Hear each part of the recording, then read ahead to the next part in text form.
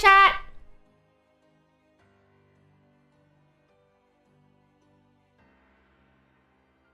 Howdy.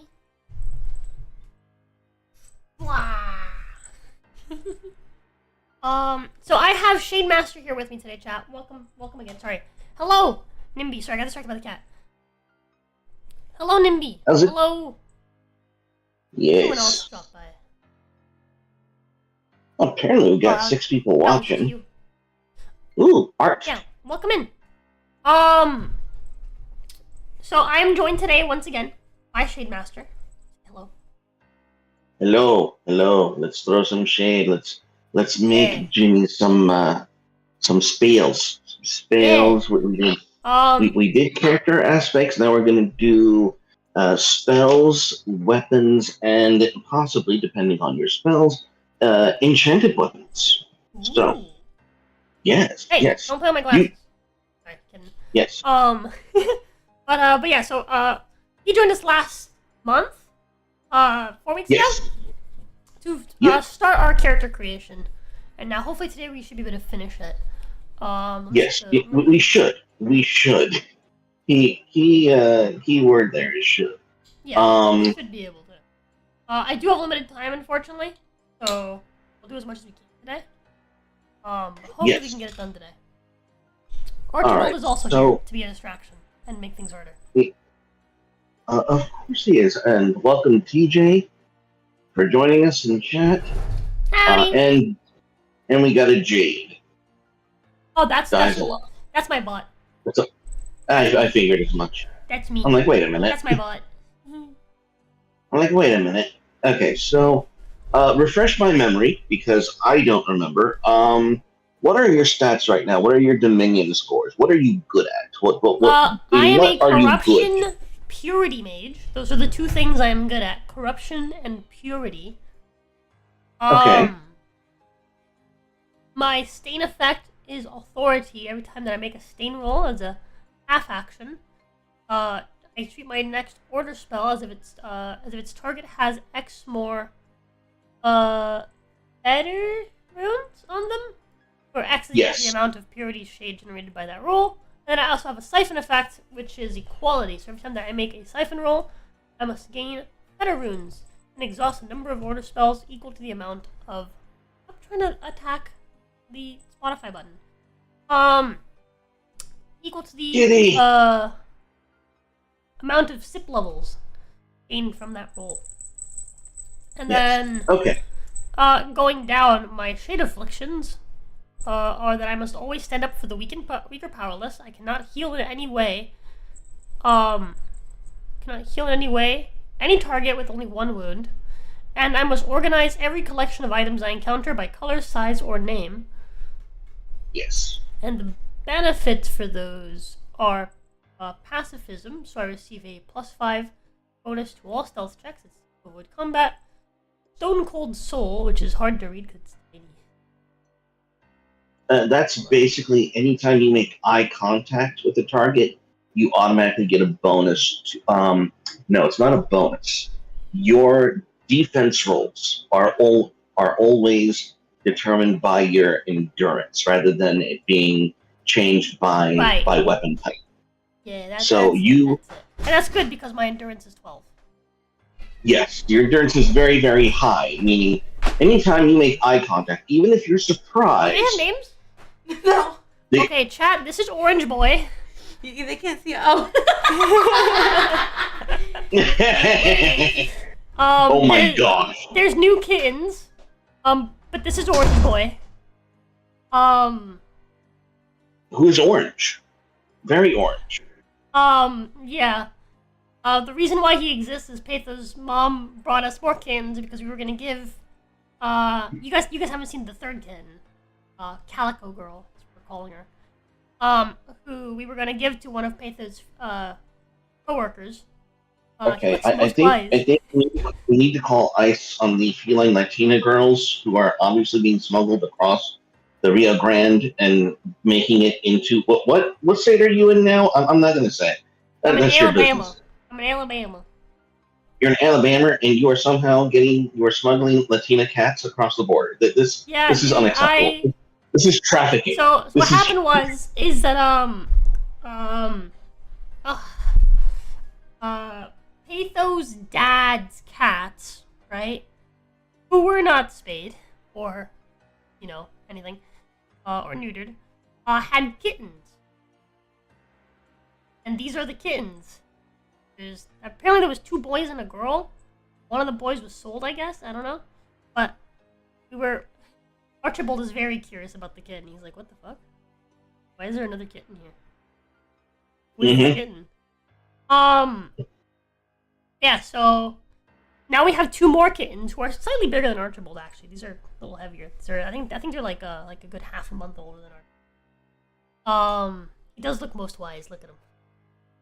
Ooh. Yes. Anyways, and we need to find homes for them. So if any of you guys want kittens, let us know. We should open an animal shelter. You should. You should. I see a bright future of animal trafficking in your future. Anyways, I don't have these. I really hope that flea bath actually worked because Archie is flealess. I'd hate for Archie to get fleas again. Yeah.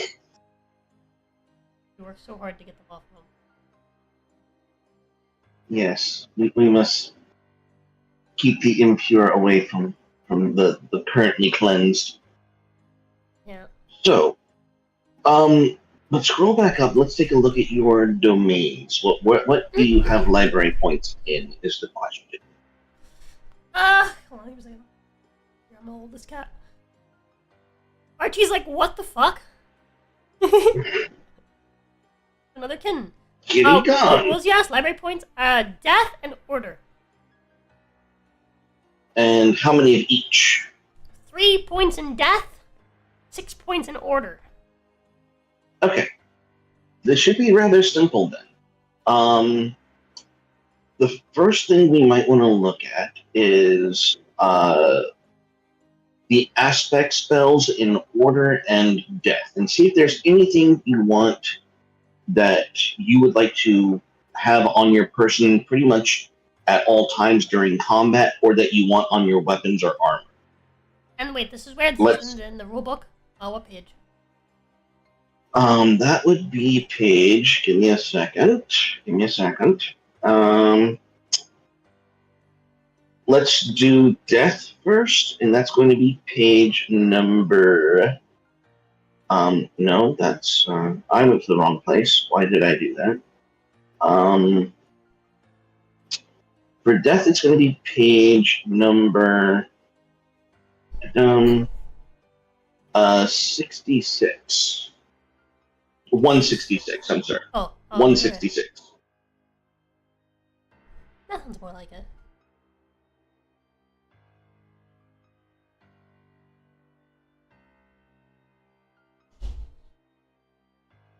So in the middle of that spell list, you're going to reach a section where it says aspect spells. The first one's going to read necrotic, frailty, and death link. Now, these are spells that are aspects. These are basically enchantment spells. Okay. So these are spells that you can cast on other allies. You can cast it on enemies. And so on and so forth. Oh. Hold on a second, chat. My hands are a little full. So, this is Calico Girl. She's very, very cute. She looks just like her mother. Oh my god. Why is he orange? Probably the cat. Actually, no, that's a very good question because it was winter. Yeah, that's what I was saying.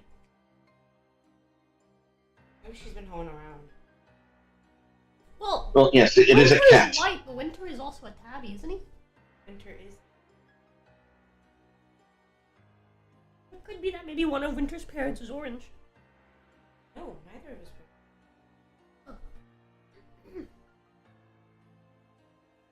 Because this is an orange tabby. No, I was about to fight you if you bit me. Licked me in the head. Yeah. Good boy. She has been He's very loving. clipped. He is not. I'm going to bring my art tablet over here and fucking work on something. Does that mean I have to keep holding these guys? No, I'm gonna bring the shit and then I'll take one from you. Okay. So, well, I have a few minutes where I need to hold kittens, so... You want to keep explaining what you're explaining, though? Oh yeah, basically what we're looking at are spells that you are able to enchant yourself, your weapons, or even a fellow allies with. So there are three aspect spells you can choose from, or you can choose all of them since you have 3 library points in death. You have Necrotic, which is basically if you deal any combat damage to a target, they automatically lose a wound. So very, very helpful. A very, very helpful aspect. Frailty is that anytime a target with this aspect is damaged, it automatically loses a wound. So basically, you're cursing someone with immediate frailty. Huh. And Deathlink is whenever a target dies, or whenever this target dies, it deals damage equal to its power to. Hold on a second. What was that, baby? I said, I think God is laughing at us. Why? We have 5 fucking cats in our home right now? Yeah? You found homes for these two? No! Ask Helms and Oh gosh. Are they flea free? I have to brush the dead fleas off of them. Okay. But You wait for them to dry first. Yeah. alright, which one do you want to keep while you your thing? I've held this dude for long. Okay. Did I hear more He's kitties? falling asleep too. No, it's just, so, we have our 2 cats, Luna and Jin. And then obviously we have Archibald, which is Helmsman's cat. Because we already found a home for him. Helmsman's gonna take him. And then now, we have these 2. We have Orange Boy and we have Calico Girl. Who have not been named. Who we will not name. No. Who we must find homes for. Yes. Oh, I can see, baby. I just saw like a flea crawling on her eye. Ugh.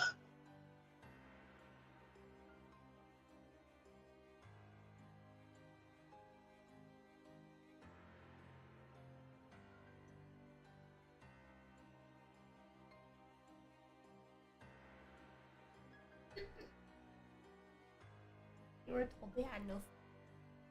Yeah, we were told that.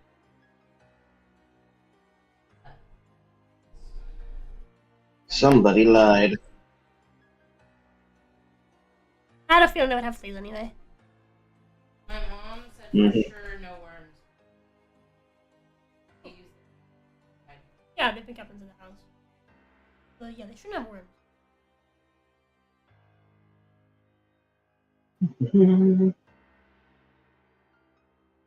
Where did they get fleas? They've been inside the house. Ah.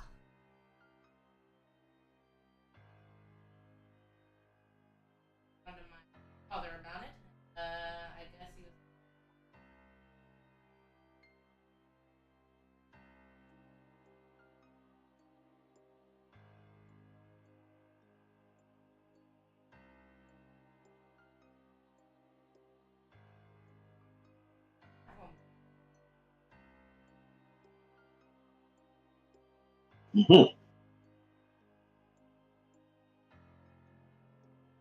Moj. Ah, flea on your neck.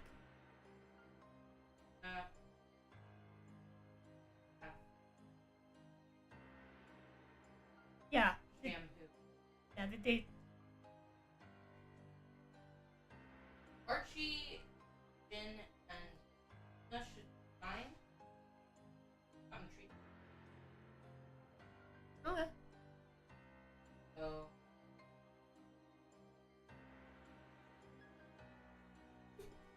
He's so cute. He's like, these fingers are wet. So just licking them to make sure I'm dry.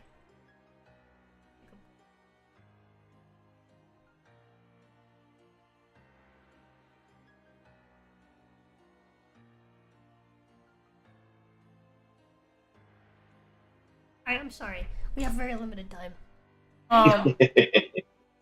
Okay. Oh, did she confirm that she's not? Never mind. We don't have limited time. We're good. All right. Alright, so you mentioned, okay, you told me about necrotic and frailty. So you said they automatically lose a wound. So losing a wound is bad? Now, losing a wound is good for you in combat. It means that it's basically death touch. Anytime you hit something, it automatically just loses a wound. So, and it's not that you lose the wound; the thing you're attacking loses a wound. So I'm healing them? No, you are damaging them. You are cutting to the bone, as it were. Okay, so losing a wound is bad then? Yes. Okay. That's what I was asking. Okay. Ooh.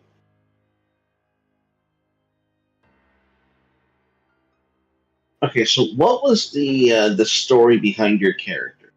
So it's an order, an order shade mage who was made by being basically coming back from the dead to avenge their death. Correct? Yeah, that was their plot. Okay. And because you have a heraldic shade vessel, every spell you make has to have at least one order spell intertwined with it. So here's what we can do.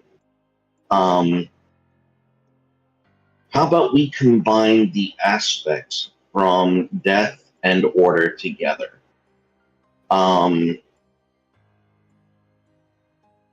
Okay. So, well, first off, let me say this: are there any aspects you like from the death category? Let me actually look through them. Is Okay. it the aspect spells? Yes, specifically the aspect spells.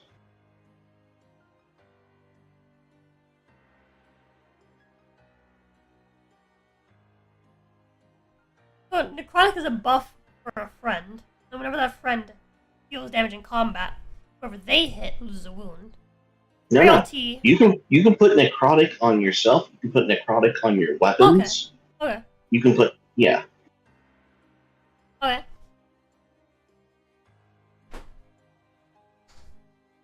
And then frailty is same thing, but you put it on an enemy Yes. instead of doing like a self buff.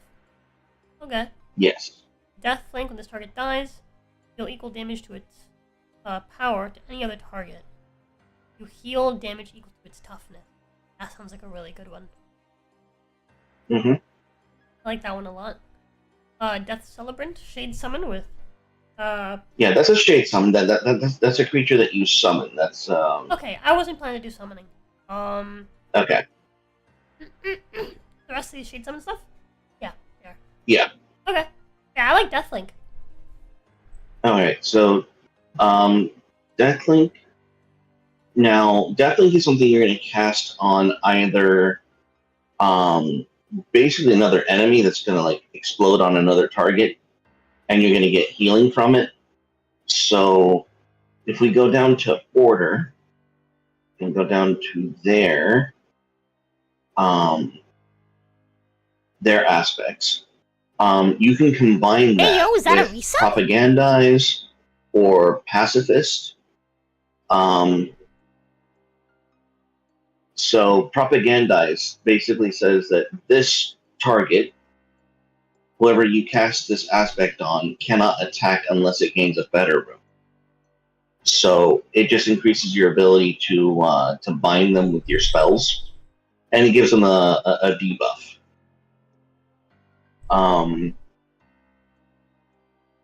Okay. So that would combine into one one spell where it's basically Deathlink / Propagandize, and the effects would basically stack. In addition to dealing damage to another target when it died, and you gaining you healing damage equal to that target's toughness, I think it was. Mm-hmm. They also can't attack unless they take a veteran on themselves. So these effects stack together. This is where? The effects of Deathlink and Propagandize would stack. Propagandize is in. I see. It's in order. Yeah, it's on page 185. Yeah, I'm on it. So what you would do is you would pay a spell template from Order and Death, and just mix these spells together.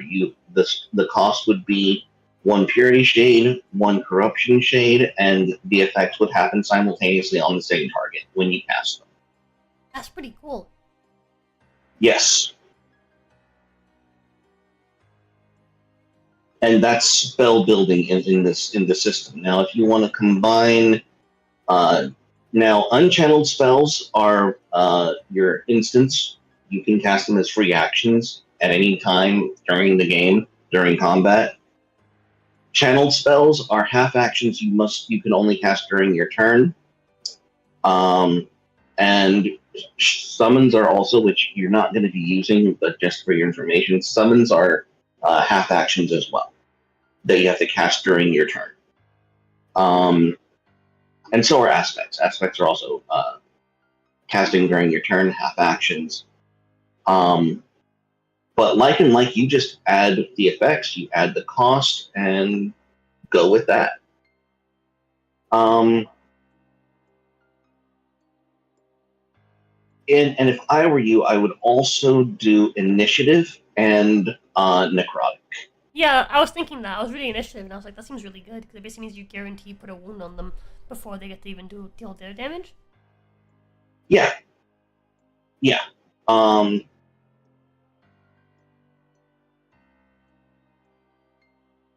Yeah, so you basically exhaust them before they even get a chance to attack you. That would be excellent for your build. Yeah.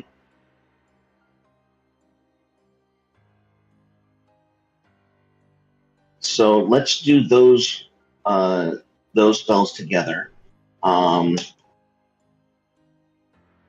can you edit on your? No, you can't edit on your sheet, can you? Okay. Do you want me to make notes, or do you?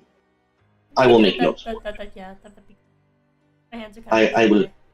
I will make notes. All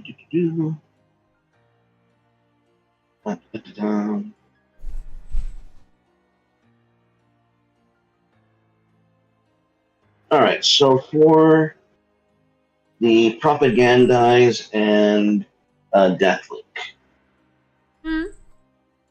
what do you want to call it? I can pick a name for it? Yes. Oh.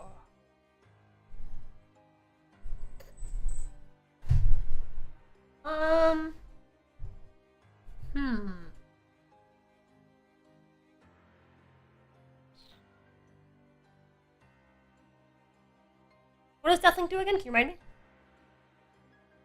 Alright, so Deathlink is when the target dies, deal damage equal to its power to any other target. You heal yourself equal to its toughness. So you basically embedded yourself in its life force, and whenever that life force is gone, it explodes. Okay, so so basically, so this is like targeting an enemy, right? So I can target. Yes. And Propaganda works the same way, where you target them. So I target someone, and then I make it so that their life force is now mine, basically. But also, they can't attack, so I can just, they can't fight back. Exactly. And then I'll just heal off of them. Exactly. And then do that to someone else. That's pretty good.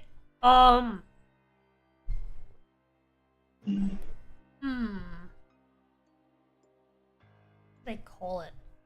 I want to give it like a sort of like vampiric theme, right?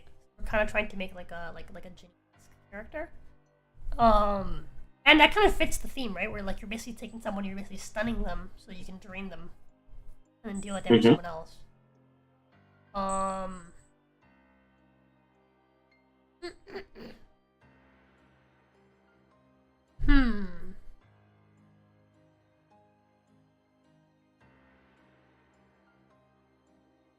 I don't know, maybe like stun drain or something.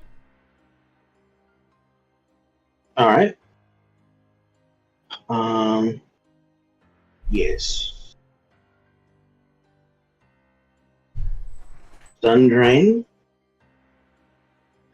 Or like helpless prey. Okay, I like that one better. Helpless prey.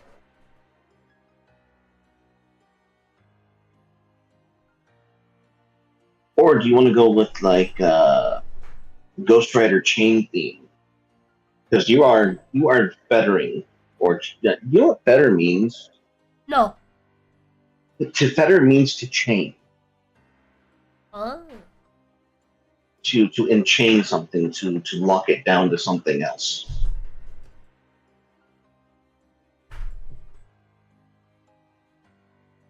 And Abandon life force and explode. HP cream pie.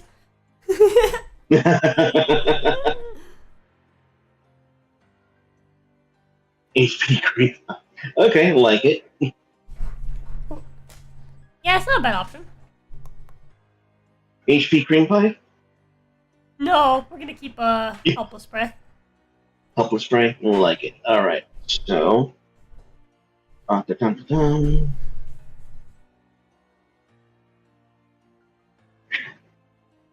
And let me get necrotic. Well. Chain yourself to? Yeah, it's called marriage. This is Red Wolf. Hi, Red Wolf. Red Wolf, look, it's a kitty! Red Wolf, do you want a cat? I don't think I can ship it to England, but you can come get it. Look at the camera. Look at her. I think Red Wolf's more of a dog person anyway. Okay.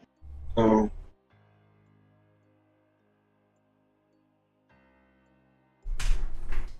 And.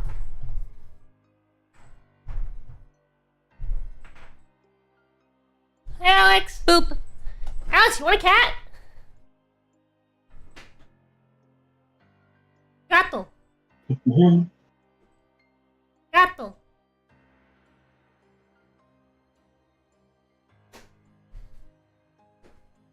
Okay.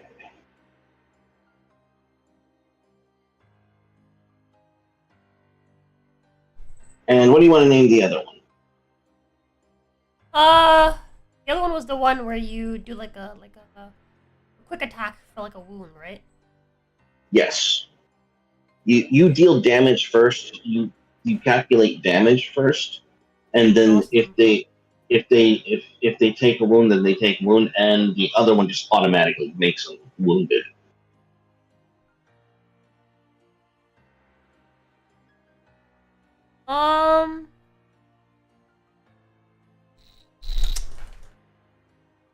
Maybe just like quick wound or something, right? Yeah.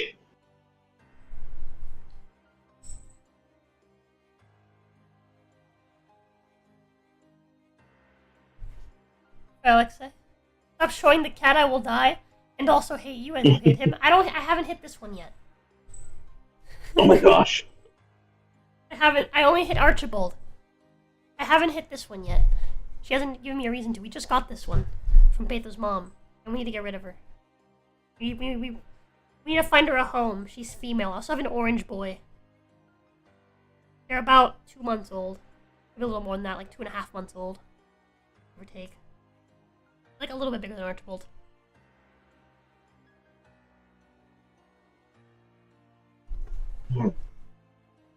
Yet? Well, yeah, the longer they stay, the more of a chance they do something that they need to be punished for.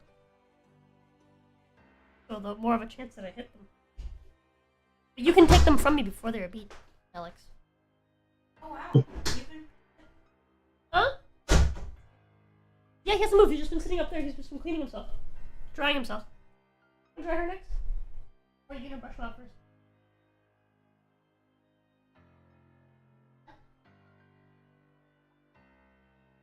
Oh, shit. I'm gonna bring it.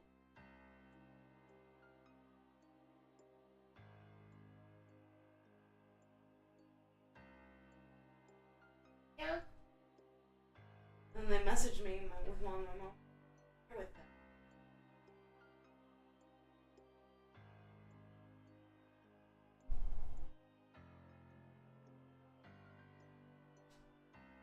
Go to the shelf. Rude.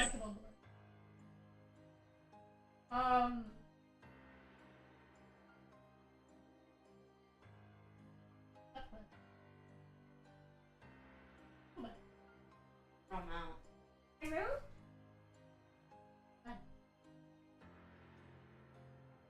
What else if you're gonna make my character? I'll do it. I don't give a fuck.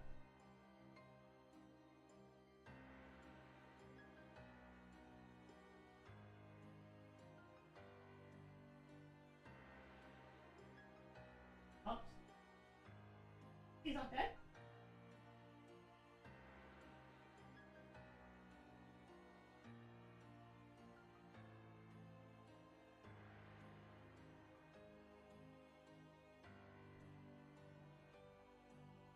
You don't need them.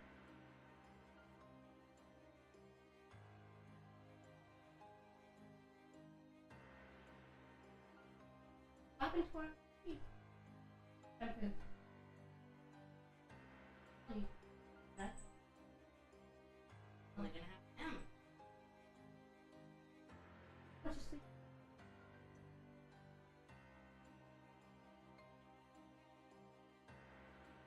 Really?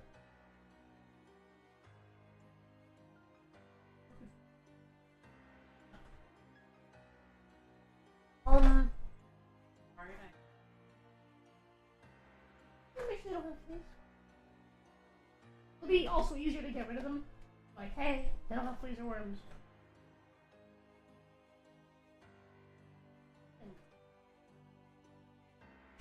So, yeah, I'll give you my card here. I'll go ahead and buy all the just food. I'll be back. Alright. I'm gonna shoot myself. You wanna leave that one over there, or? No. Okay. Hold this one, I guess.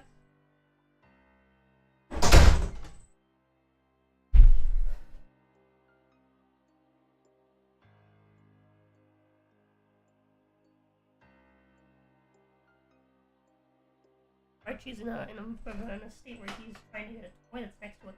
I'm gonna boy. Not playing with boy. It's like it throws like car chargers. Little plug thingies. He loves that thing more than he loves any of the other toys. Alright.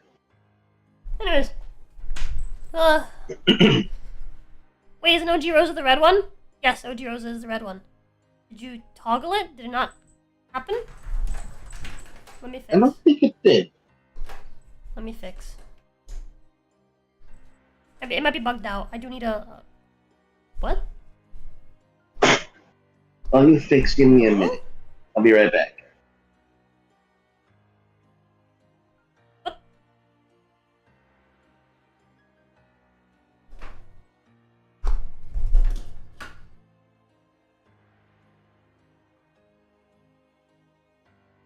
This is just not working. I need to update my computer.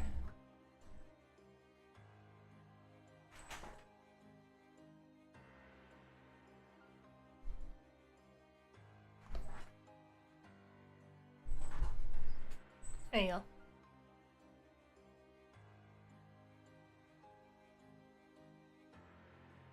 Alright. Yeah, we'll have to wait until he's back. Yeah, chat, if any of you guys want a cat, we gotta get rid of cats. Hi, Zircon. Hello. I'm back. Yeah, you will deliver him to Argentina, lad? No, you have to come get him from Argentina, Alex. You want him. You gotta fly up or I don't know, cross the border like a Mexican or something. Yes, traffic him. Alrighty. Alright, so we have spent 4 of your spell templates so far. And we've made 2 spells, which is fine. What? So, you have 1 death spell template left. You don't need to spend it. But we do also have 4 other order spells Okay.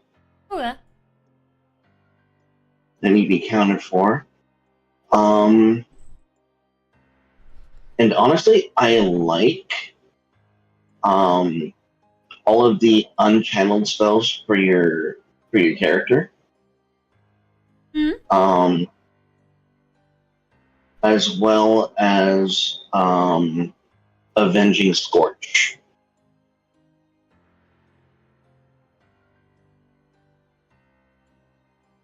Avenging Scorch, target gains a Feta rune. Also takes 3 damage if they attacked you last turn. Seems cool. And so all of these either give Feta runes. They also inhibit the target from attacking. They can banish a target. Expose, like if you're facing another Shade Mage, Expose can destroy one of their aspects or basically disenchant an object if you so chose. So those 4 spells, Prick of the Heart, Expose, Banish, and Avenging Scorch, are all pretty on. I'd say those are on brand with what you were making. Yeah, Brick of the Heart seems really good. Because it kind of works in conjunction with Propagandize, where it's like they cannot attack on its turn unless it gains a Feta rune. So you can basically give them a Feta rune, and then if they have Feta runes equal to or greater than their agency, then they can't attack anyway. Exactly. Pretty good. Yeah, and Taxes just off, you find taxes? No, we're making a character. yes, we are making. Yes, you cannot boot the Shade Master, sadly. We're making a Can I Shade get Mage. a awa awa? Can Yes. I please? We're Awa, making awa, a Shade Mage.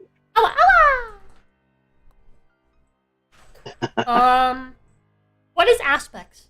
Destroy any aspect. What's an aspect? Okay, so you just made 2 aspect spells.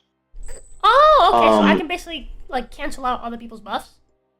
Exactly, and the aspects are there are 2 kinds of aspects: the aspects that you've made and the aspects you gain from your character creation. Character aspects can be deactivated. Okay.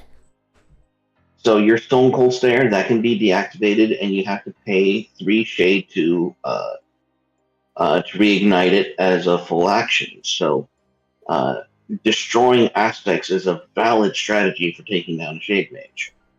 Okay. Just taking down their buffs, being like, actually, fuck your buff, get counterspelled. Exactly. Okay. Yeah, seems useful. And obviously, Banish is a 3-round exile.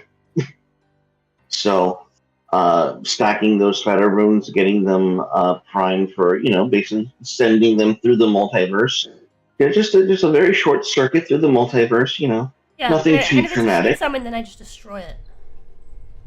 Yes. Oh, that's pretty too. Yeah. So I'm gonna. All 4 of those put seem like these- really good to get for like the last 4 slots that I have for order. Yeah. Yeah. So I'm gonna copy paste those in there.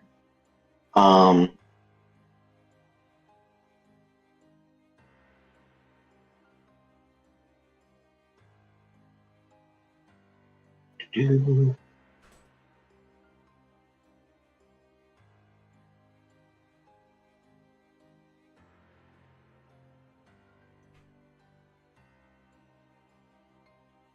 Mhm. I'm gonna go and work on art. Take care and please try not to let Patho hurt you anymore. Please stop being concerned for me over Patho. Patho's fine. I love my wife and she loves me very much. Yeah. Do-do-do. I hurt her far more than she hurts me on a regular basis. Believe it or not. As it should be. Oh, what did we name the Death Touch Death Touch initiative aspect? Hey, yo, thank you so much for the gift membership! Or memberships. I'm not gonna do the parenthesis S parenthesis thing again, because that'd be weird. Thank you, Alex, for the 5 gift memberships.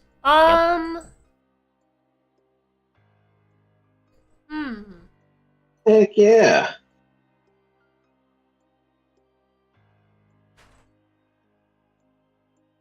I'm not sure. Maybe like Swift Death. All right. Yes. Swift Death. Or a Swift Death.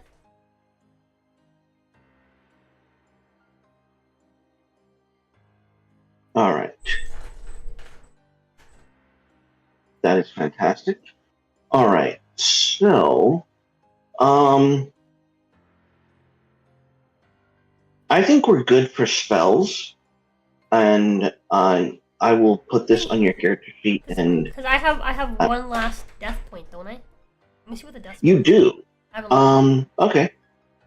Okay. Here's the thing about that is you'd have to add that death template to one of these to one of the purity spells.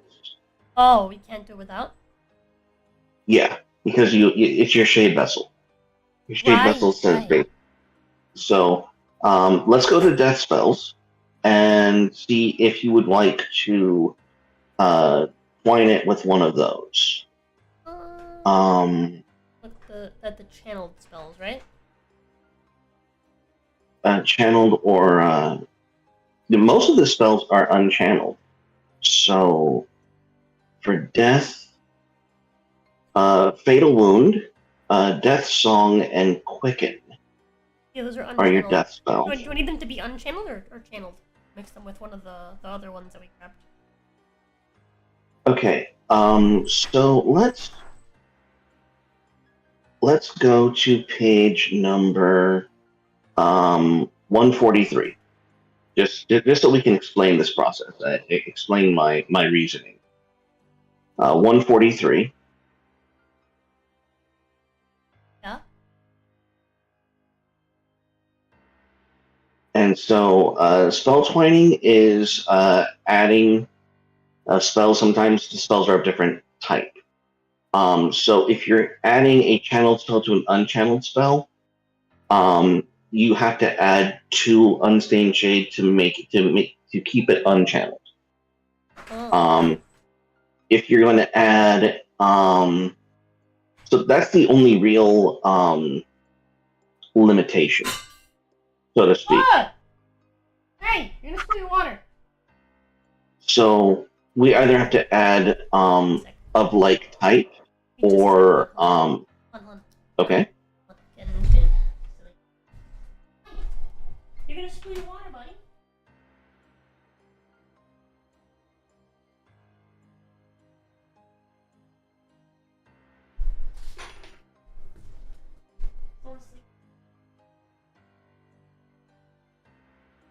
You both geeky babies, huh?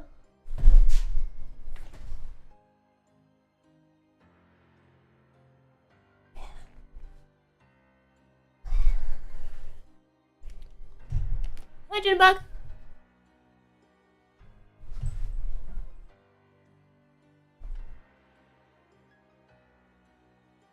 Alrighty.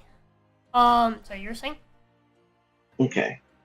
I think I found our solution. So, how about we combine Avenging Scorch with Necrotic Bolt? Hold on. Necrotic Bolt is at 166 at the very, very top, or second from the top. Okay, and these are channeled. Yes.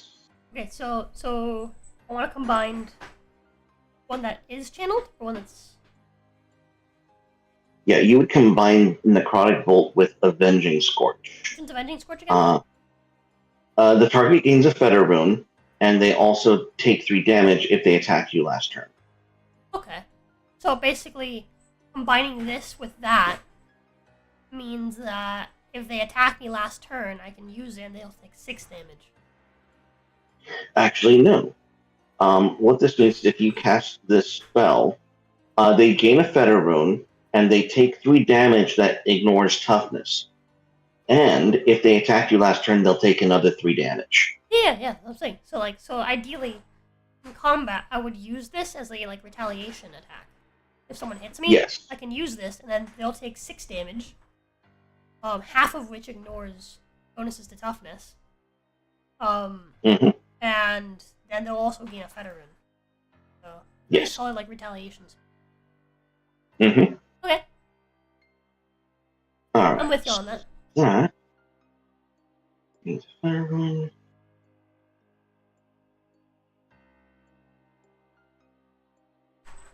What does Blight do? Blight is a fun one. Where do you see Blight? Enfeeble spell. Oh, Enfeeble. Okay, so Blight runes are a debuff, and go to page 157.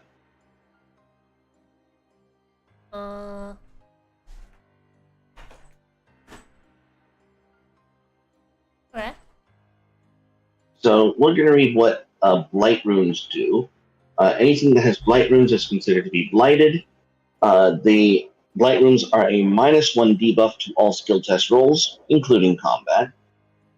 When the number of Blight runes on the target exceeds the target's coil, they permanently lose 1 toughness each time they become exhausted, and when they reach toughness of 0, they automatically die. Oh. So those are Blight runes. Huh. Okay. A question then. Mm-hmm. Would it be worth it to sacrifice the 1 damage? Or I guess technically 3 damage that ignores toughness? Or say, instead of having the 2 damage and gaining Blight on top of Fetter?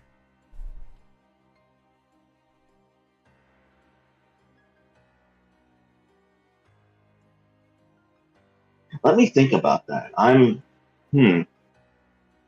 Because they're both debuff runes, maybe. Yeah. Because And I'd if be you're stacking fighting 2 debuffs on one guy, you know? yeah, if you're fighting a bigger target, like if you're in a party and fighting a bigger target, that would be a far more helpful spell. But if you're just mowing through mobs, the 1-shot Avenging Scorch would be better. But you know what? Yeah, I would say Enfeeble might be a better option. Let's do that instead. Yeah, because of the nature of the Avenging Scorch, this would be a retaliation spell anyway. Right, ideally. Yeah. In an ideal situation, I wouldn't use this unless I was hit before by that target, so that I don't miss out on the extra damage. So in the nature of this being a retaliation spell, I feel like the 1 less damage for the Blight rune is kind of worth it. Okay. I understand your reasoning. Okay, so it now reads target gains a Fetter Rune and a Blight Rune. And 2 damage.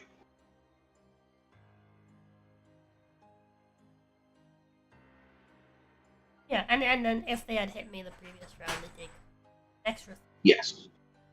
feet. Yes. What game is this? Is it like Call of Cthulhu asked Junebug?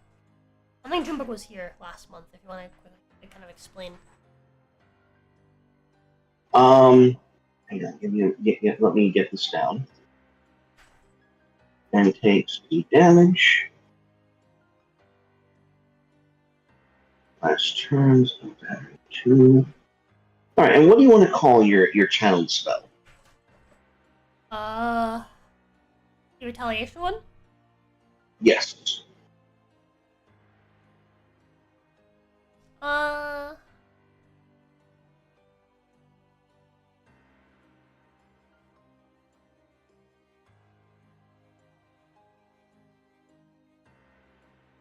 Maybe like Palliatory Blight. Okay. Okay.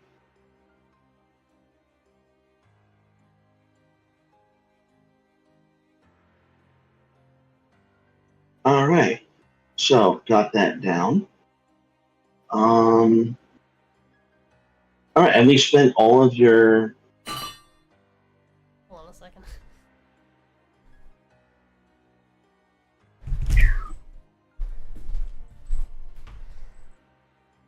Here.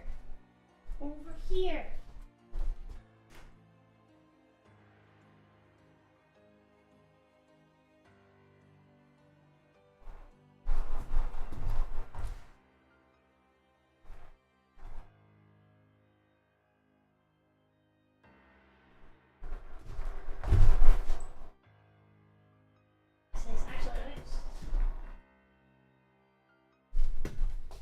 There you go.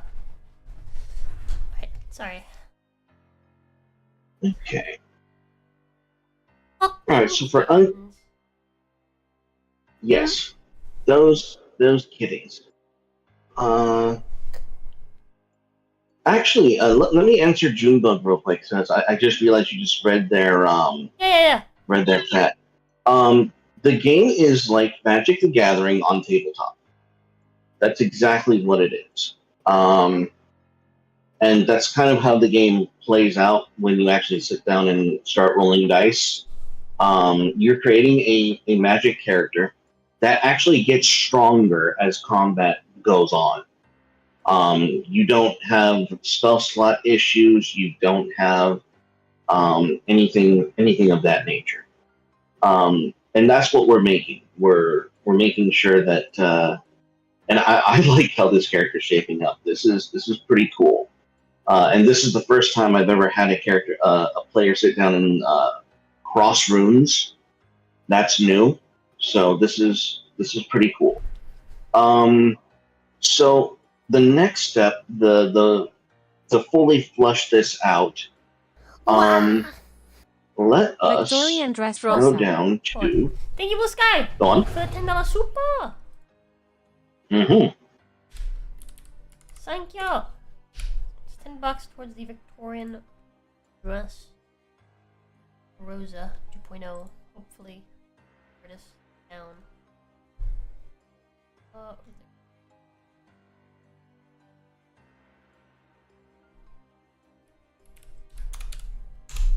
So close to being funded.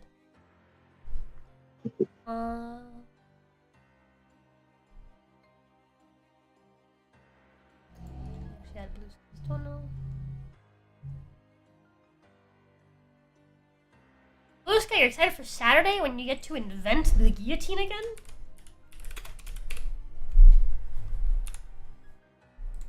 And then get killed by it?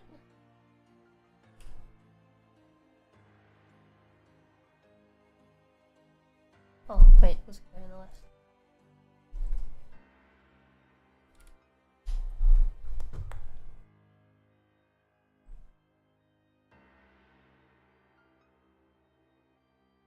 Yeah, thank you!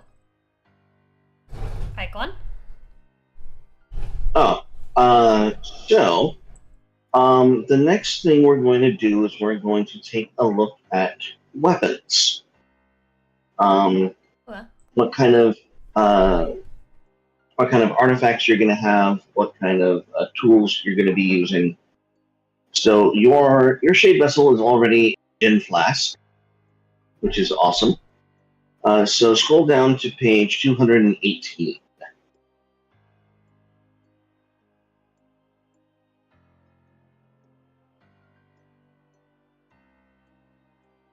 do.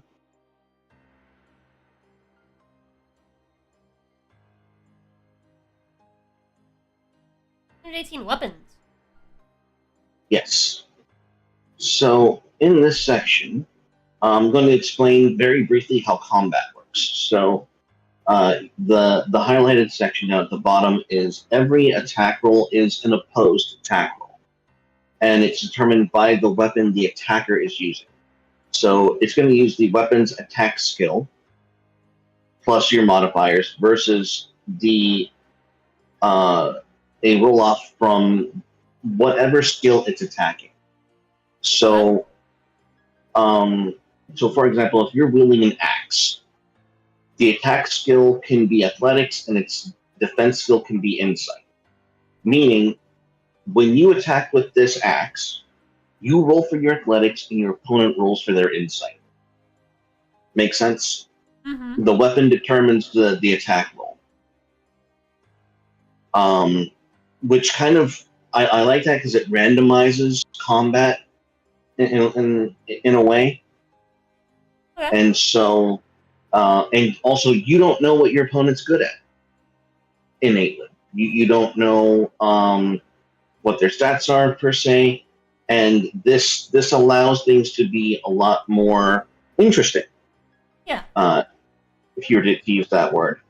So we have, so each weapon group has its own variety in terms of what are their attack skills and what are the defense skills that they attack. So this is where you basically shop and try to min-max your character based on what skills each weapon uses. So looking at it right now, you could go with, because your highest stat is endurance. So you could go with a hammer, you can go with a heavy blade, you can go with a mace, a pole arm, and a staff. I am a fan of pole arms. Pole arms, okay. Oh, wait, what would a heavy blade be?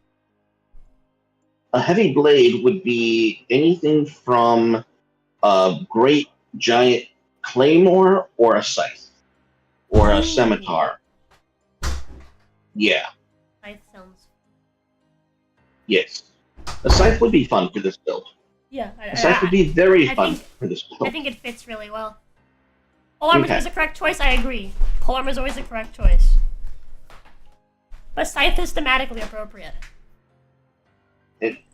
This is also true. However, what options are there for pole arms? A glaive, a halberd, and a long spear. Is it a glaive, a halberd, and a what? Long spear. Long spear. Yes.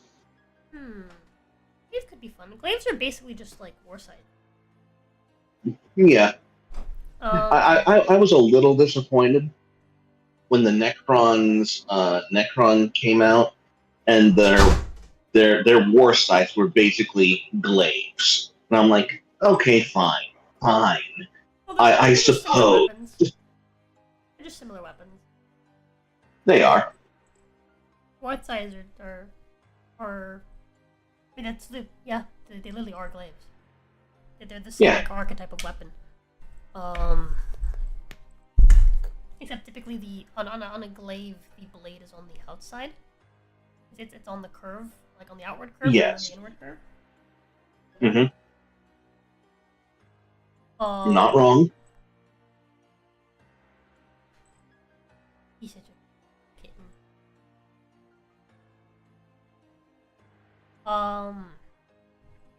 Anyways. Yes, baby?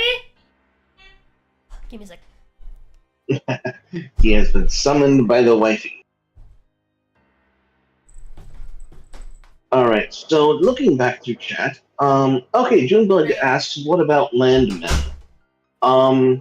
Okay, so how land mana works in this game is, you are a Shade Mage, meaning that your mana so to speak, is the shade, and the shade is something you siphon from the realm itself.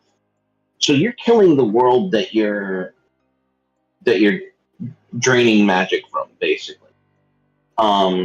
And how the land mana aspect works is you just take in a whole bunch of shade, and it's the vessel itself that quote unquote stains the shade, and that's how you get your different dominions of the shade.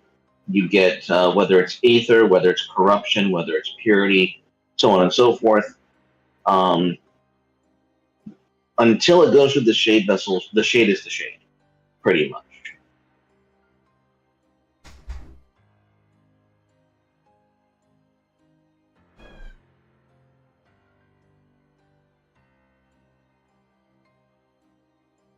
We're hearing the sounds of Kitty torture in the background.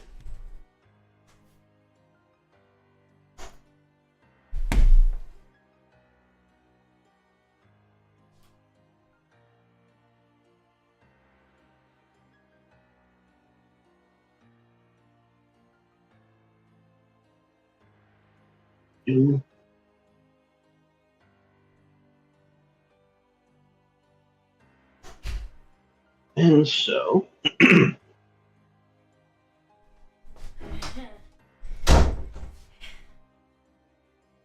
your desk too? Yeah. Okay. Good job, baby.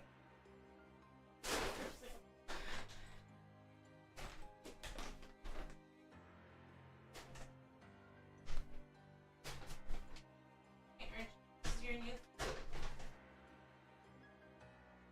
what am I listening to? What's that? Jumping green pea.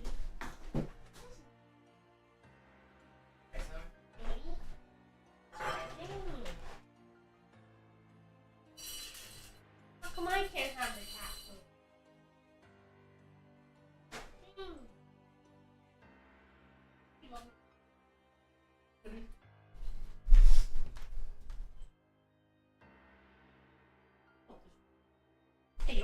And then this is the wet food. That was 60. Huh? Oh, yeah, shopping. In dinner. Chicken tenders? It says for one and up. For kitties? Cats on the street grow eating trash. Yeah, fair point. All right. So This should last. These cans will last. those should be. They're still wet, like the tuna ones, but that still is like twice the size of it. Yeah, of the kitten cans. I swear to God, they put the ages on. All right. Well, they're doing that. Yeah. So this roleplay system is available on Amazon right now. Sorry, Shade Master. You're all right. I'm just gonna chill while you're So, doing your thing. I need to spray their towels. I gotta spray their towels. Damn motherfucker. Oh, I did go. First of all, they were like traitor as soon as I walked in because they like their shirt. Yeah. I'm telling you, every single one I went up to, they were like. And anyways, No. I was a traitor, but not to you guys. not to you.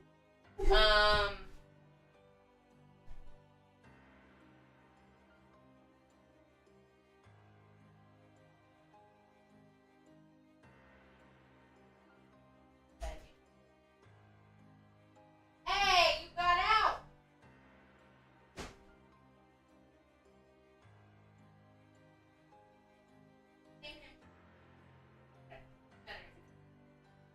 You have named the cat.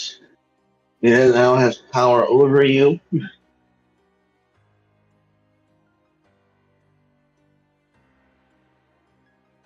Yeah, right? There's a kitty cam with no kitty. False advertising. Oh, Goth Rosa works. Look at that. That's pretty cool.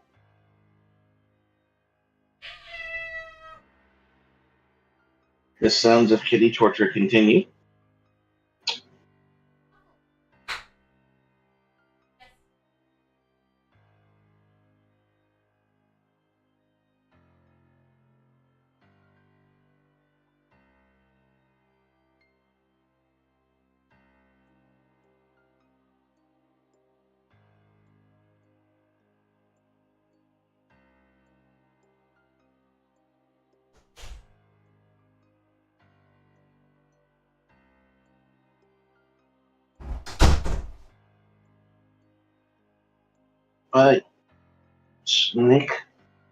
Snake Rosa? No, that I don't think I see it worked.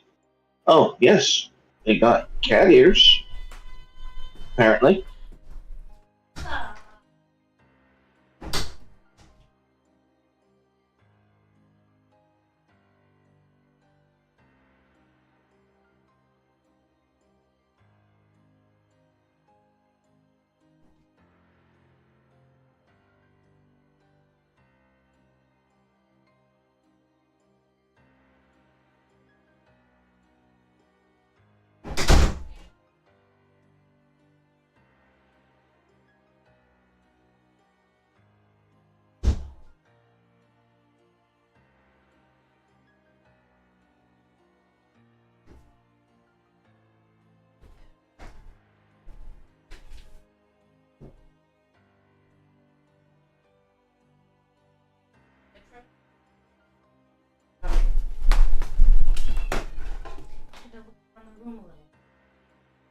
You told me what they were, and they went there.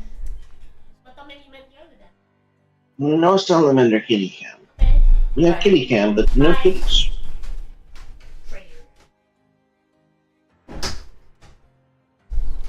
Alright. I should be back for the time being. All right. What's going on? Basically, we changed your avatar. You have cat ears, and you are now gone. Hello! There was a voice changer broke? Wait, what? What voice changer? I don't use a voice changer. Yeah? I can't find Cheddar. You can't find Cheddar? Where'd he go? I don't know. I left Fuck's him in the sakes, give me a second. Jesus Christ! We are missing Pussy. She found him. Pussy is missing. I'm closing my door.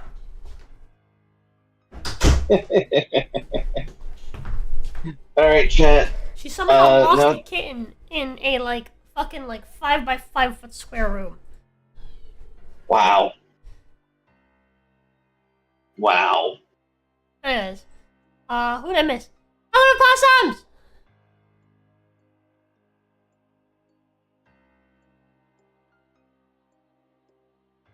I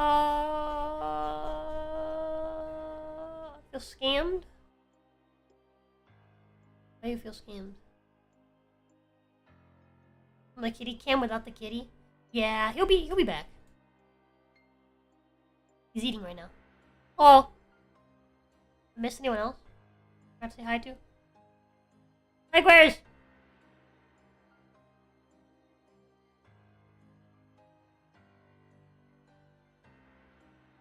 And then there's Lord of Opossums. Yeah, I said hi. Hello. Ah. Hi, All kitty. right.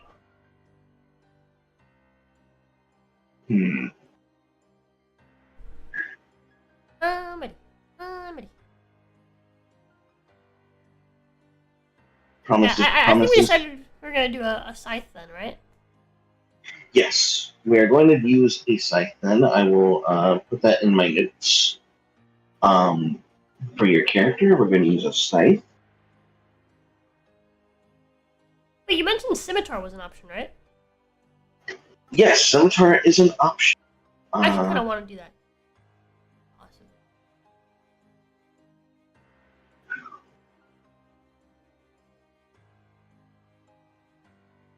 Awesome. I do think scimitars.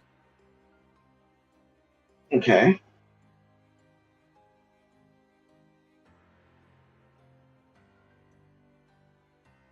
All right. So So for heavy blades, you have a scythe, a longsword, scimitar, falchion, great sword, and bastard sword. Falchion? Yes. I'll take a falchion. Okay. A falchion it is. Alright, so obviously your attack skill is going to be endurance. What do you want to attack on your opponents? You want to attack their acrobatics, their bluff, or their perception? I think we should attack bad. Question mark? I don't know. I don't know what that means. Like, what's the difference? The difference, it's what you're making your opponent roll. It is the difference. So, how do I put? It's more of a question of style, to be honest. Do you want to? Because it's like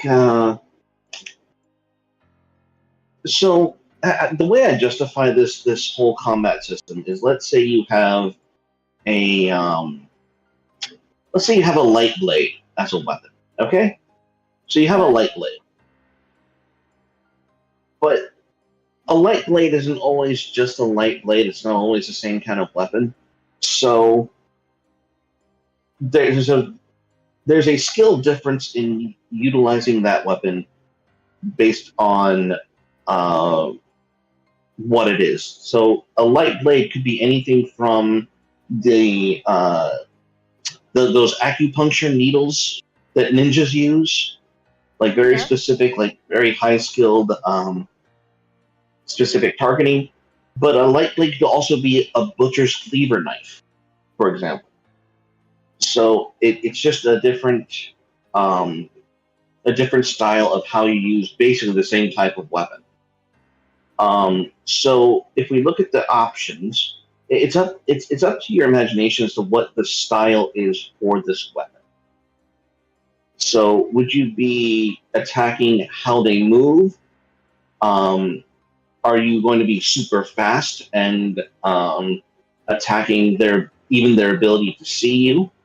Or are you constantly feinting left and right and attacking their ability to catch your bluff? That it's kind of like your thematic way of attacking with this weapon. Are you familiar with Shadiversity? Yeah. Okay. You know how Shad has this thing called Mall Ninja Logic? Yeah. Because magic, Mall Ninja Logic valid.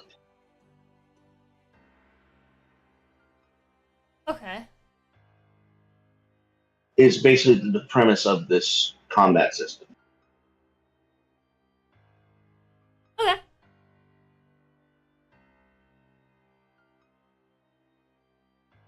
And can we put? Can you put the Shade Master himself on a bath towel too? We don't have graphics for the Shade Master yet. I am not that rich.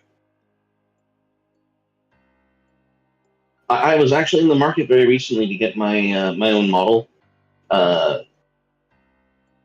made up and and rigged, and yeah, that was like way a lot.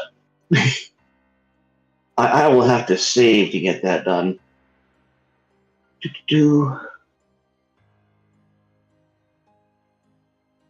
So, what are you thinking for this site? Well, what are you? What's going to be your combat style? I don't know. Hmm.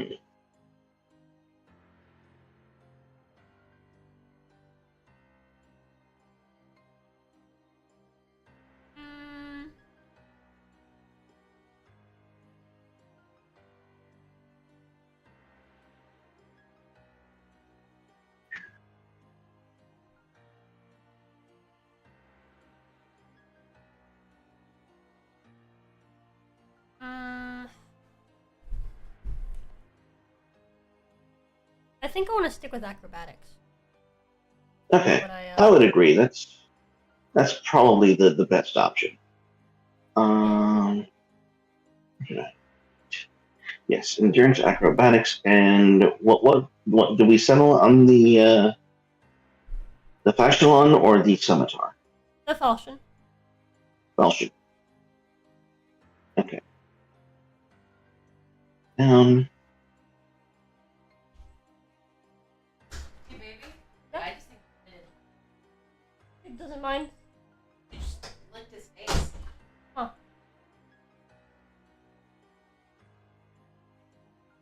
Maybe. By the Maybe. time we start, Arnold's ready to fight her right off the bat. Arnold's fearless. That cat's like very timid looking. So that might be why. Okay. Maybe she was mad at Archibald because Tomoe liked him. Like Tomoe.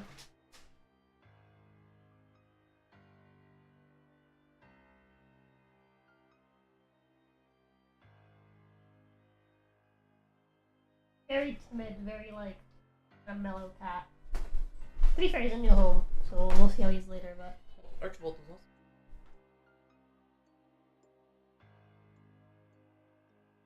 What I'm saying is Archibald. yeah. He's younger, so he's more. Also, these out on the street.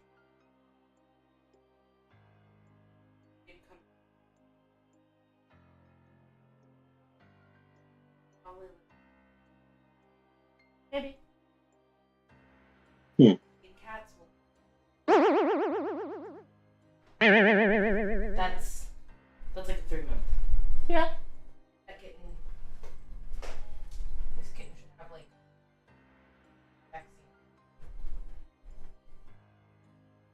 vaccine. Alright, fun. All right. And so, is there any other So we have your attack, we have your damage, and so what else? Okay, so we have your weapon. Are there any other kind of artifacts or knickknacks or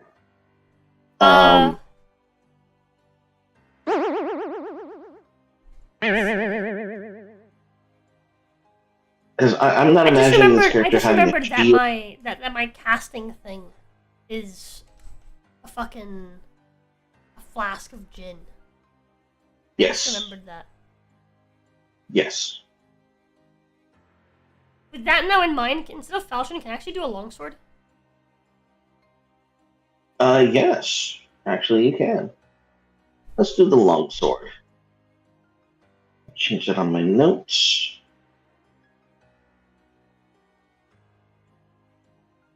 Endurance versus acrobatics. And it's going to be a 1d6 in damage as well. Alright.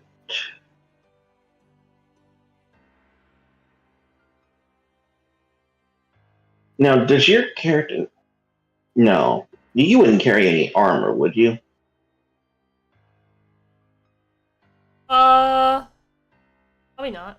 Maybe. I don't know. Wasn't the character's background like a soldier or something like that? It was a soldier, but you're also, like, back from the grave.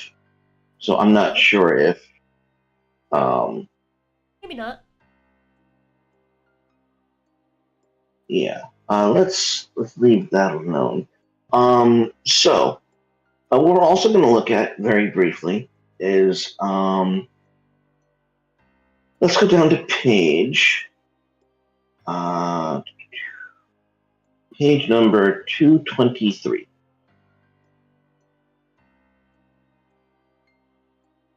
223. 223, yes. Okay, what's this?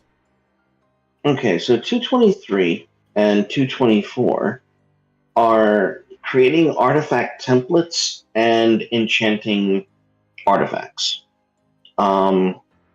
Enchanting artifacts is when using an artifact that has not been made or turned into a template, Shade Mage can enchant it by expending 1 sip level from their Shade Vessel, and focusing the Shade into it for about an hour. By doing so, they may either add +1 to all rolls made with the artifact, or add an aspect spell from their library to the artifact, and this is permanent. After enchanting the artifact this way, the cost to make an artifact template of the artifact increases by the amount and type of the Stained Shade of that aspect spell. So basically, you can enchant using your sip levels to make your weapons more versatile and flavored towards you. So what you could do is you would make a is you could add those aspects, that aspect of what is it? Swift Death, and just add it to your longsword. Makes sense. It's another team now. Yeah, makes sense. Truffle. Okay. Remember when I said we wouldn't name them? We named them. I just feel bad saying orange. I heard. Calico cat. No. Yeah, they are now Truffle and Cheddar. Not at me.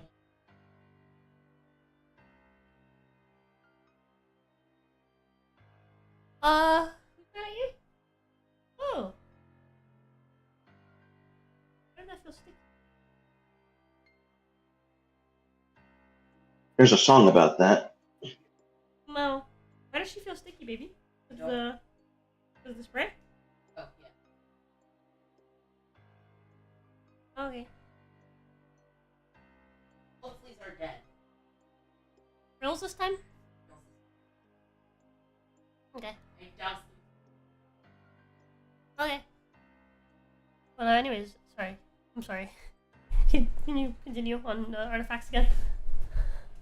Yes, so basically you can, at the price of a sip level, you can put that artifact that we made, your Swift Death, and just, for the cost of a sip level, just throw it on this weapon permanently. Like, you won't have to recast it ever again, but it'll be forever attached to your longsword. At the cost of a sip level.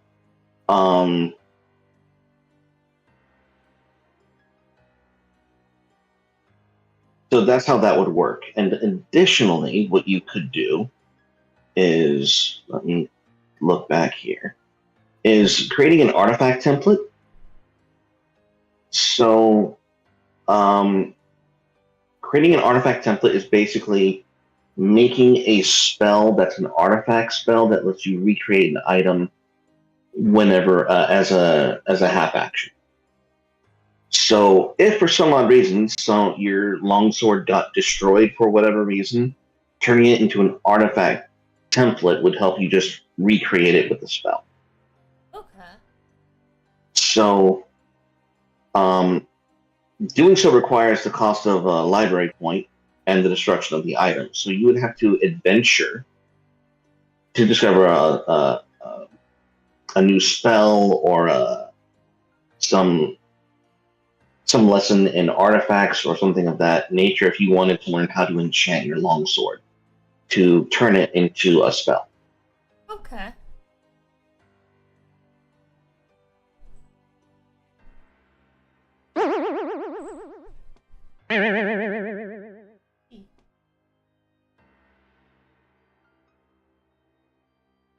So yes, that is something you can do.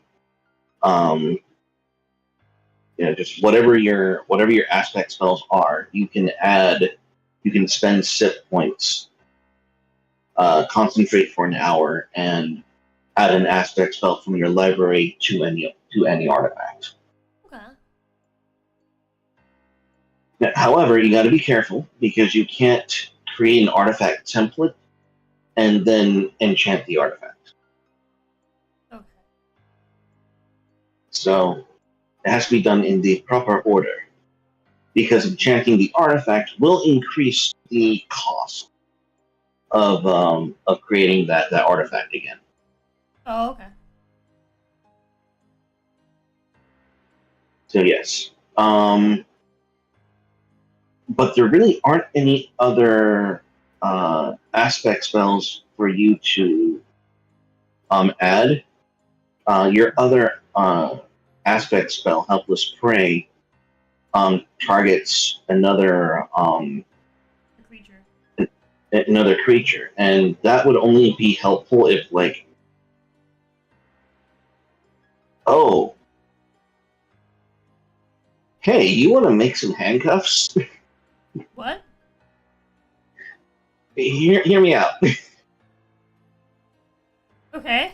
If your character was to get their hand, like I'm not going to give you this now, but in theory, if I was to put this character through a scenario, I'd be like, hey, if you find some manacles or some fetters or handcuffs of any kind, you could put that enchantment, the what did we call it? We called it Helpless Prey, and we would create a set of handcuffs where the target cannot attack unless it gains a fetter rune, and when the target dies, oh wait, hang on. This target and its controller with this aspect cannot attack unless it gains a fetter rune, and if that helpless person should die, they deal damage equal to their power to the target, and you would heal yourself equal to their toughness. So you could have like a hostage set of manacles. That's interesting. Yeah, I don't think it's something to go for, but that does sound interesting. you could put this aspect spell on an artifact and just slap it on people. Yeah, it doesn't sound like something I go for, but that does sound interesting. Yes. So there's that. I think we're done. I think that once I get all of this put on your character sheet. Now did you want your longsword enchanted? Yeah. I'd like to have it enchanted with Swift Death ability, was it? Yes, a Swift Death is what we called it. Yeah. And yeah, that is your character. And by the way, this whole gaming system is now available on Amazon. Let me grab the link for that. Send to chat. Okay. Yeah, the paperback version is now available. It's called The Shades of Dominion, and it is basically Magic the Gathering on tabletop. Yep. That is what has been made. You guys find it interesting? Consider buying it. It's on Amazon. You can get it paperback. The hardcover is coming out later on. I'm going to try and start looking into doing basically a box set where each set's going to come with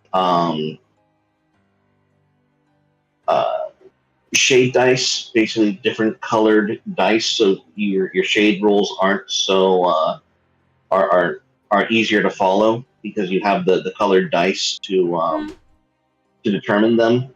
I'm also going to add shade tokens, as you had suggested. Yeah. That was a good idea rather than jacking it on. You can jack it off and on the sheet, but it's just going to make your sheet ugly. So we can, if you get the deluxe set, just use the tokens for when you get the hardcover. So we're going to be making that box set. We're going to be trying to build up to a Kickstarter for this for the hardcover for when that releases. I think it's in August. So what do you think, Jenny? Dude, I think this is really fucking cool. It's like it's a lot to like wrap your head around when you're just kind of reading it. But I can see how I would very quickly like get it once you start actually putting into play. Like Yeah. it's not.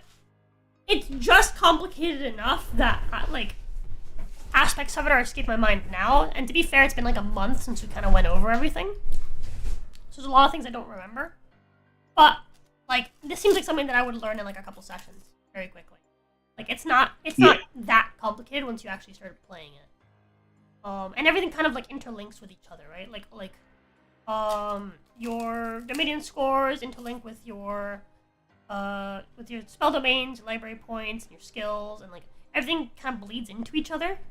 And like in a way that's like makes kind of like I think the level of customization you can have basically, despite all the characters basically being the same sort of class, right? Like they're all shade mages. The level of customization you can have is crazy with like the character aspects and stuff like that. But I do think it's really, really cool, and the whole like spell crafting thing, I thought was brilliant. Yeah. So do me a favor and go up to page 16. Page 16? 16, correct.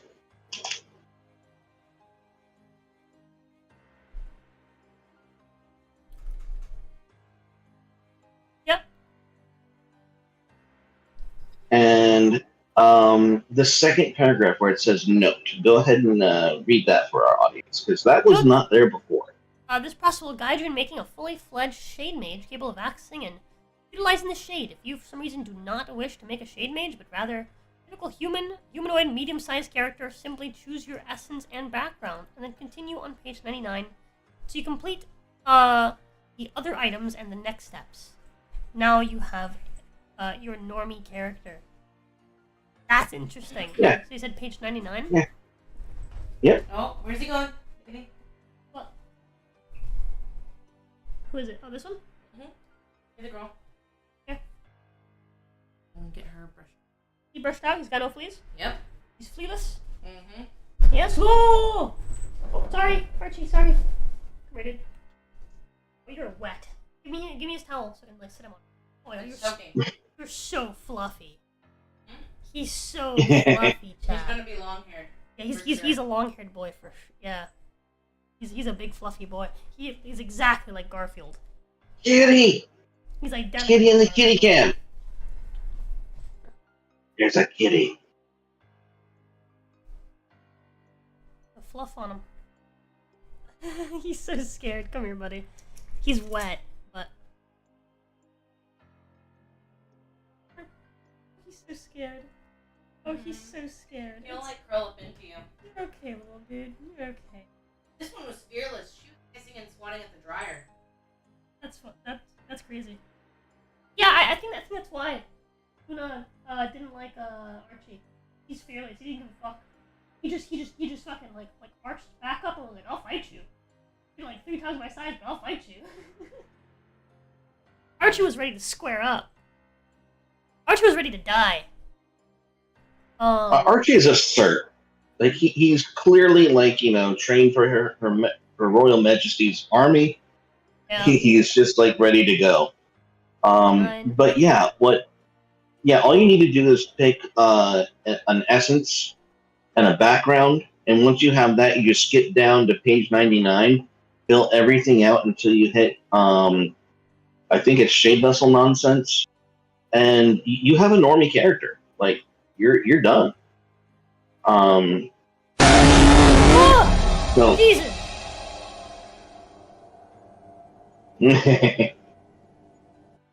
What? So chat. This over here is Cheddar. If any of you guys want him, he's a thick boy, very thick, very fluffy boy. Oh god. Oh he's clawing at me. He's very scared. He's very scaredy cat. Look at him. He's I'm super gonna put cute. the towels underneath my desk. Look at him.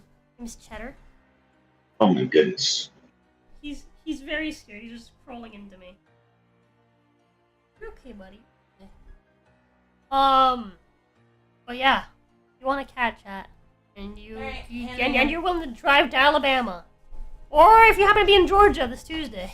No, wait. way too many things. Crazy.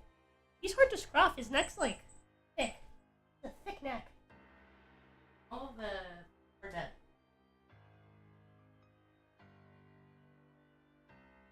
Yeah. Good boys. Archie's staring at him. Oh, friend? Are you a friend? Yeah, Broski clawed me because he was scared of being. Sir. Oh dear. Anyways, yeah, chat. If you guys want a cat, let me know. If you guys want to buy Shades of Dominion, there's a link pinned. Thumbs up.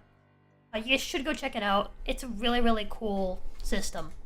Dude, if I had more time, I'd love to like play this character at some point. Yeah, like I don't make games I don't want to play. that is my eternal curse. Is I made a system, and now I have to forever DM the system that I wanted to play in. Well, you have to forever DM it until someone learns it, right? Like how. So, fun fact: how I became a DM is I was never like I was always interested in D&D. Like I DM'd 2E. Straighten your back, bitch. Insert heart. Like a really simplified version of 2E for like my friends when I was in like elementary school, like middle school. And I never did D&D again until I was in like high school. And one of my friends was like, "I want to do D&D, so I'm gonna DM and try to get you guys into it." And I was like, "Okay." So we all played, and then I got so into it that I started DMing my own stuff, and like I started doing my own things. And it's just a matter of that. It's like once you get people playing, like once you DM for some people and they get to playing and they start to understand the system on a much more fundamental level, kind of like how you do since you made it, right? Yeah. Once they start to understand the fundamentals of it because they're actually playing it and they're actually engaging with it, you're gonna have people that will be interested in DMing it themselves. Yeah, and what is awesome is, again, this is inspired by Magic the Gathering.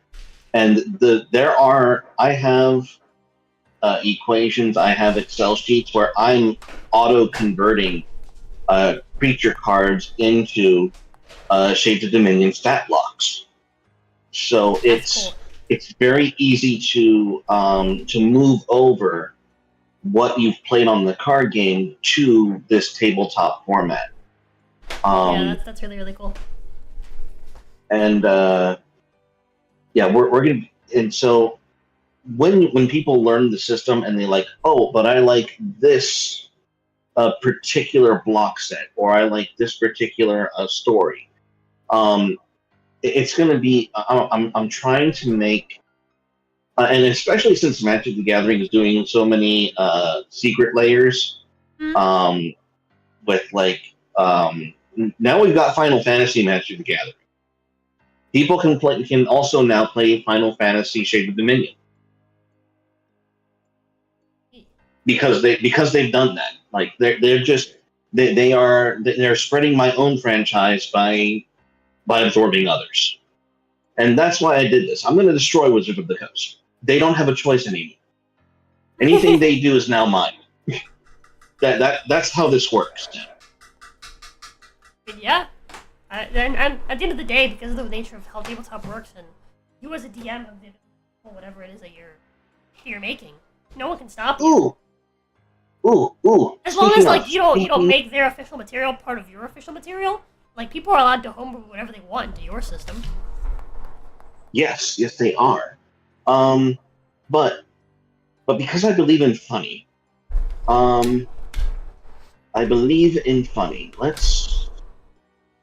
We're gonna scroll back down to the Shade Mage. I want to talk with Shade.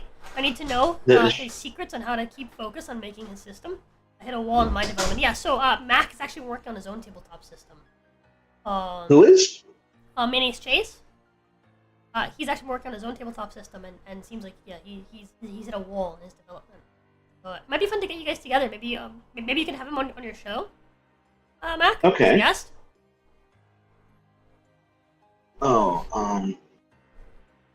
Oh, he's on your Twitch. I only have your YouTube pulled up. Okay. I want to talk with Shane. I need to know his secrets on how to keep focus on making his system. Okay, all right. Chat. Would you guys both like that? Do you guys both consent to this?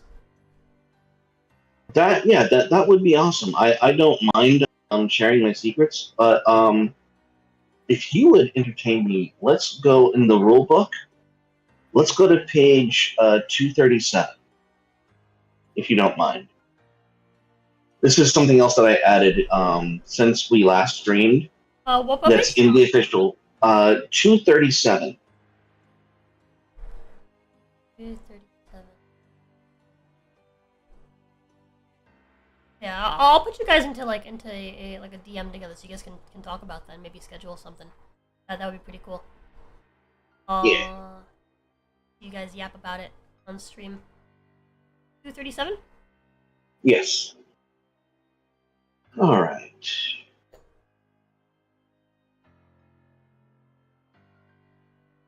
Siphon rolls and the big rock. Yes. Do you want to take a stab at that? Because I only wipe my glasses because it's a cat on it. One of the cats rub their feet on my face. Oh.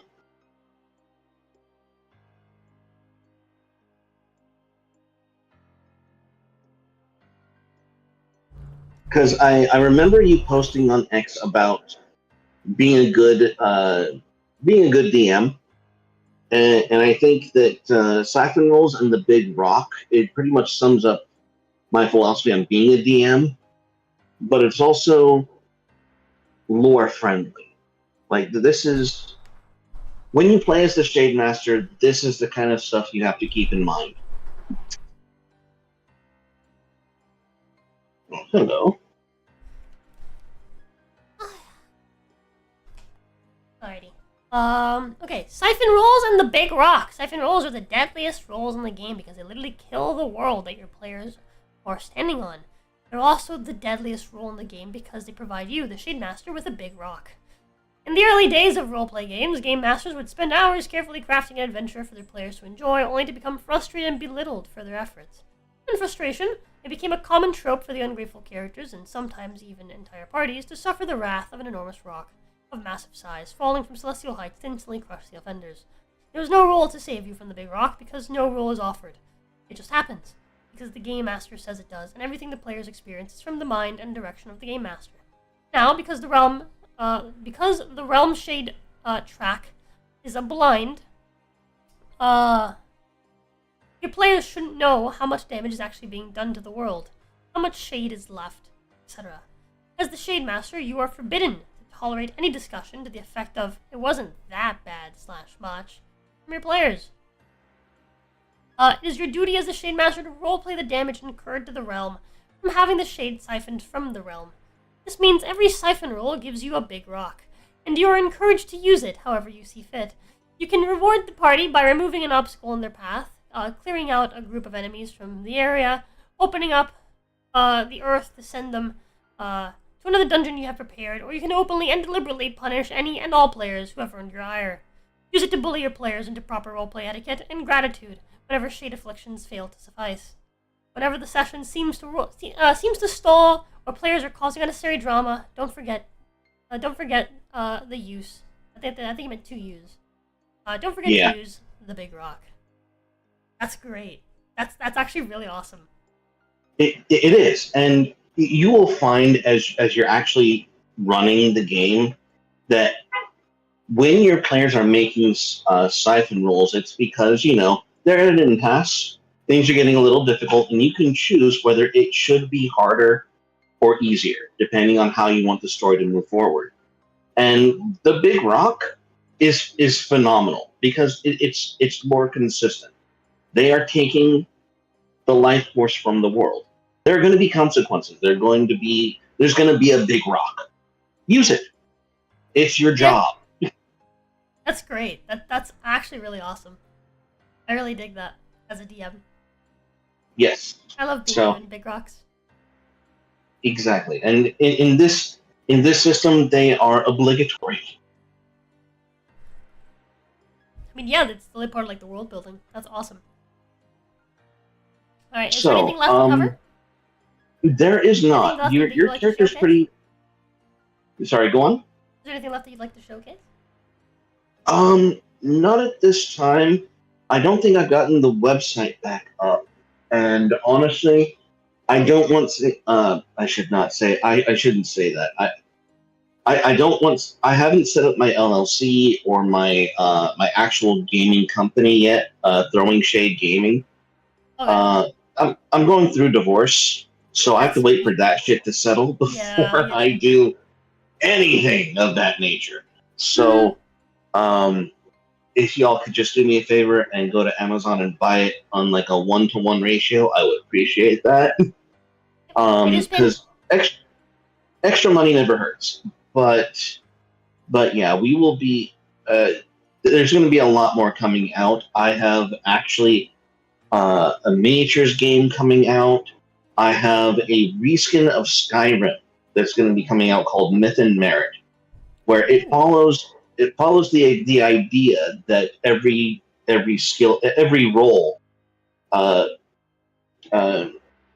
adds to your experience. It advances your character. Okay. So I'm also made. I've also sort of made that system. Again, with the idea that every dice roll, every skill test roll, advances your character, advances your level, advances your yeah. Let me take a look at my files. What else do I have down the line? I have a tabletop game, and the first thing you'll probably see out from me, other than this, is my child had a birthday recently in February, and she wanted an Among Us themed birthday. So Daddy made Among Us themed werewolf. That's great. So yeah, I have, and much to my surprise, no one's done it yet. Yeah. Like I am the only, I'm the only person who's actually made cards and typed up rules for Among Us werewolves. So that's also something that Throwing Shade. It is very surprising considering Among Us is basically werewolf but active. Yeah, exactly. So yeah. Huh. I've made a tabletop universe, like like my own version of Warhammer. Actually, it's more of like Warhammer Fantasy. So that's also something that's down the pipeline. So Throwing Shade Gaming is going to be something to look forward to in the future. Sorry, what were you saying? Sorry. Archie, I was distracted because I heard purring and like growling behind me. And Archie's trying to make friends with the female cat, but she does not like him. Aha! She's like growling at him. She does not care for his advances. Wants to make friends. Mm-hmm. Alright. This has been fun. Yes. I'm gonna go watch over some kittens. Well, I have to come back and play some. I say have to. Until I inevitably will. I'm not being forced to, I promise. My wife loves me. She did ask me, and I said okay. I'm doing this of my own volition. Oh, we're playing some Conan again later today. Conan? Yeah, in like 4 hours, give or take.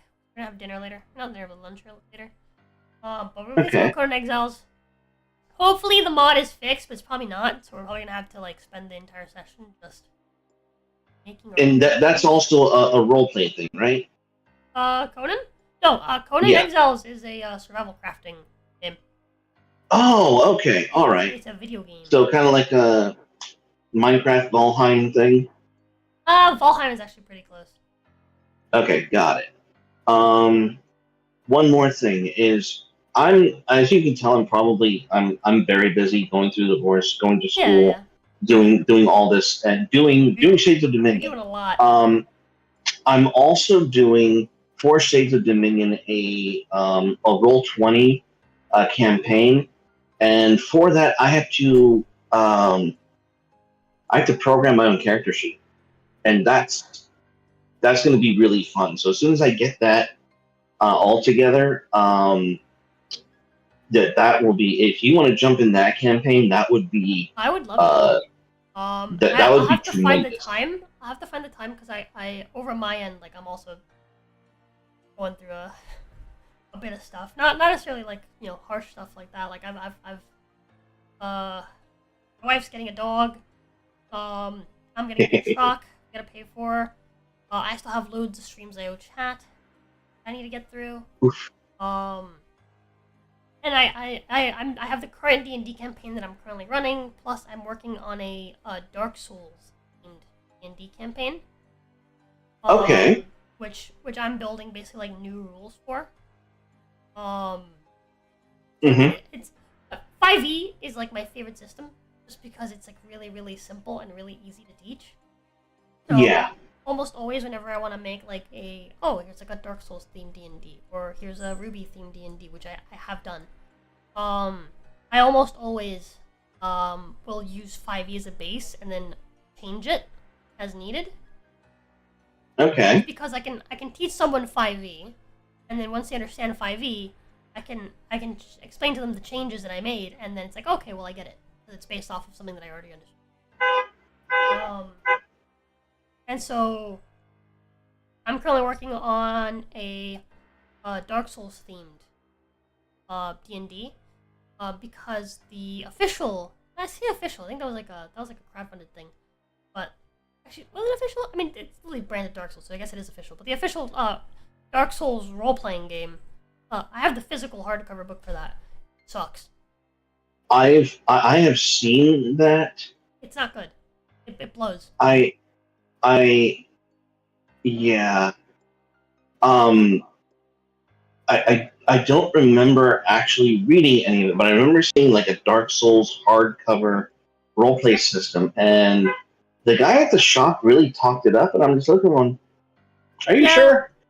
I own it. I've read through it. It blows. It's not very good at all. Okay.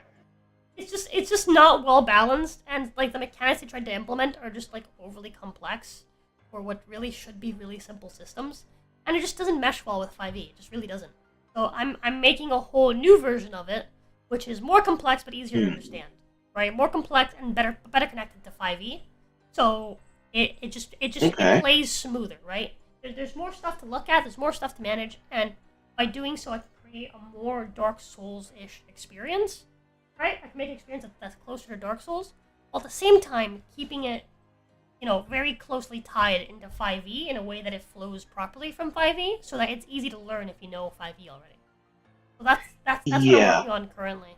And then I'm also working on revising all of 5e, on the members only streams. And then I still have the Ruby campaign that I keep wanting to like start at some point because I have the system made for it already. And I want to do like a community Ruby campaign in the Discord. I just haven't had the time for that. It's just a lot of effort. And obviously I have the campaign that's currently going, so yeah, I've got a lot of work on my plate and a lot of like I just not a lot of time. But if by the time that you get that done, I do have, some time available that I can dedicate, maybe once every 2 weeks or like once a month, I'd fucking love to join. Sorry, my they are mowing the grass right now. Oh, you're good. So my apologies. But yes.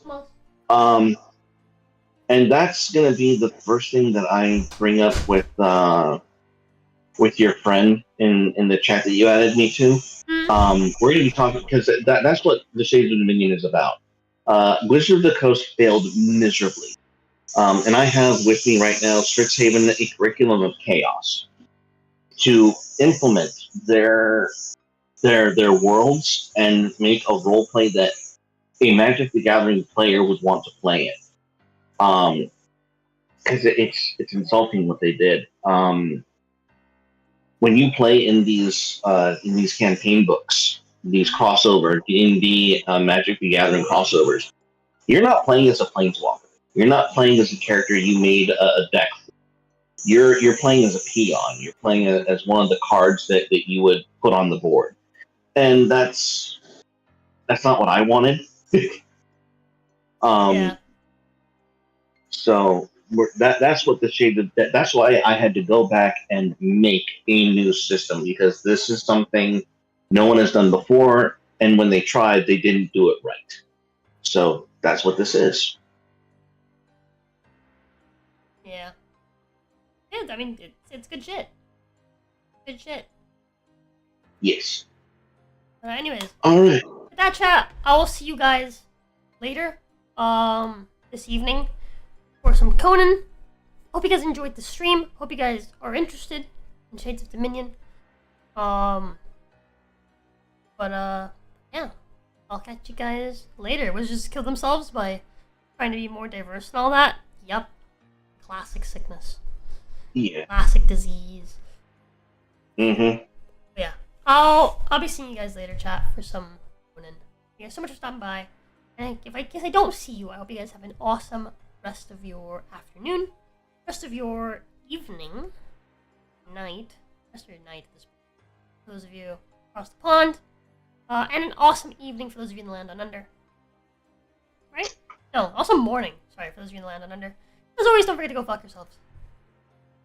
Love yous! Bye! See you later.